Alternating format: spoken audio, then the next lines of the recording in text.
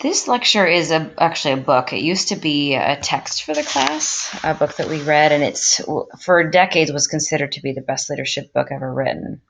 I recently decided not to make it a reading for the class, but I still want to go over it in some detail so that you're able to get something from it because it is a really good book, although a little bit wordy. It's called How to Win Friends and Influence People by Dale Carnegie.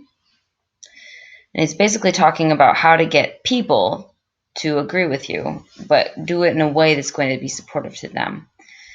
So consider these questions. Who's the greatest winner of friends in the world? What is the sweetest and most important sound in any language to each person? What do you need to do in order to be an interesting conversationalist?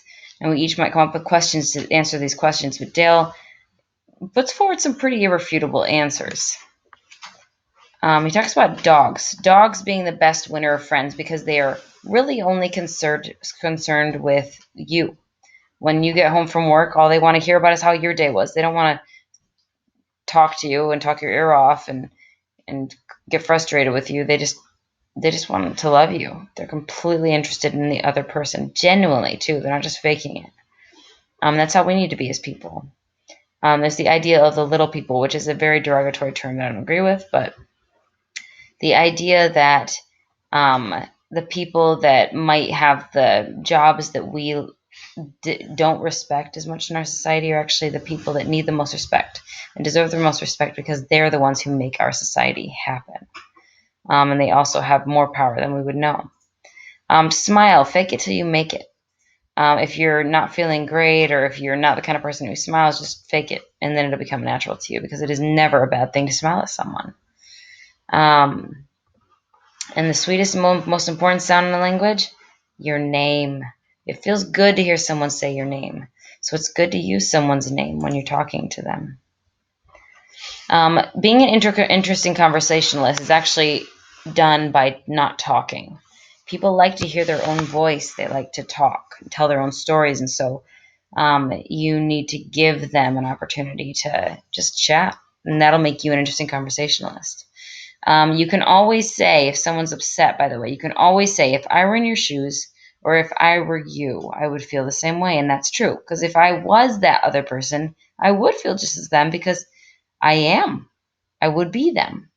So it's something you can always say, and it is comforting to people. They want to be understood. And so even if you don't understand them, you can always say that.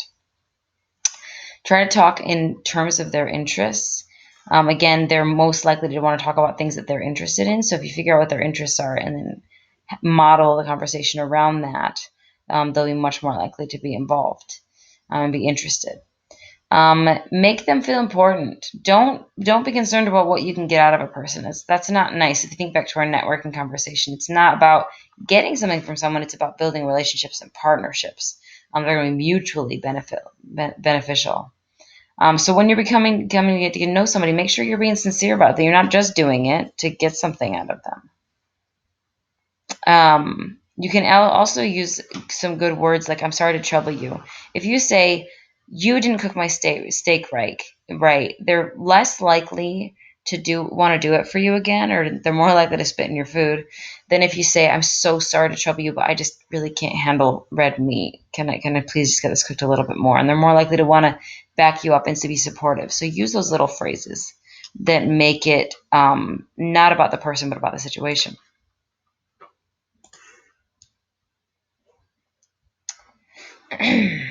Arguments are always a bad thing. When it comes to trying to get someone to agree with you, an argument is never going to end anything. It's just going to maybe open up more cans of worms. And so you have to be really careful how you handle an argument. Try to figure out ways that you agree, even if you're disagreeing. So a lot of times you're disagreeing over something that you agree with. Like, look, we both agree that we want the kids to have fun. We both agree that we want our child to not end up being a drug addict. So... and then you go from there. Try to find places that you agree before you build on the differences. Show appreciation when someone disagrees with you. Be like, you know what? I really appreciate you talking to me about this, even though we disagree. Appreciate those new ideas. That diversity is what makes the world interesting and what makes things more efficient. If you make a mistake, don't be afraid to apologize. To say, my bad, I made a mistake.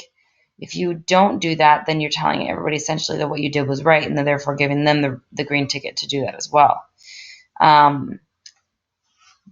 And take a time out sometimes. If it's the conversations or arguments not going anywhere, just take a time out. Be like, hey, can we come back to this later? Because it's not working right now. It's never good to say you're wrong. There are other ways to say that. You can say, well, let's look at it this way instead. And there's this hysterical, well, now look, I thought otherwise, but I may be wrong. I frequently am. If I am wrong, I want to put it right. Let's examine the facts.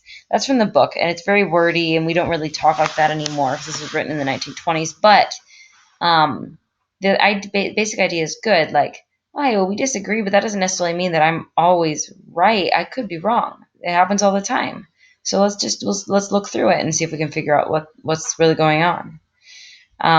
It never benefits to tell someone that they're wrong. It's never going to do anything good for you or for them. There's really no reason to prove to somebody that they're wrong. Instead, you can maybe help them make a self-realization about that.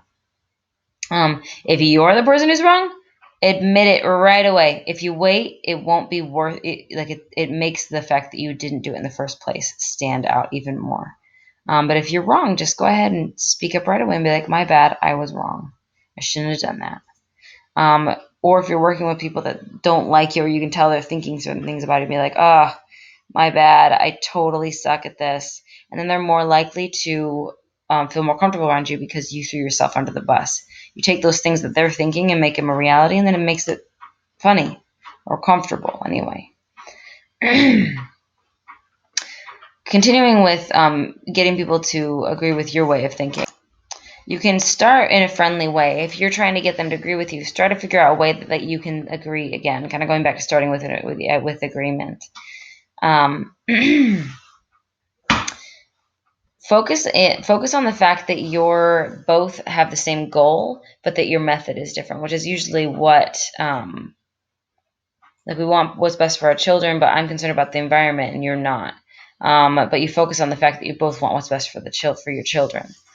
Ask questions, they're gonna have to agree with, like, hey, we want the best for our children, right?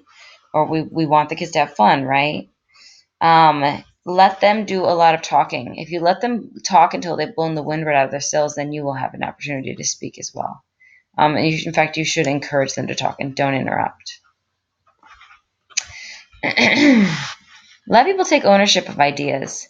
Ask them for advice. Be sympathetic. I don't blame you one iota for feeling as you do. If I were you, I would undoubtedly feel just as you do. And again, I can say that legitimately because if I was them, of course, I would feel just as they do. But this helps them feel understood. You can appeal to the nobler motives. If you want someone to act a certain way, if you want them to build on a strength or a weakness that they have, for example, just act as if that is already fixed. Act as if if you don't trust them, act as if you do, and they are more likely to live up to that expectation. As kind of a last ditch effort, you can always throw down a challenge. Throwing down a challenge may or may not work, but you can use it on some people. Let me give you an example.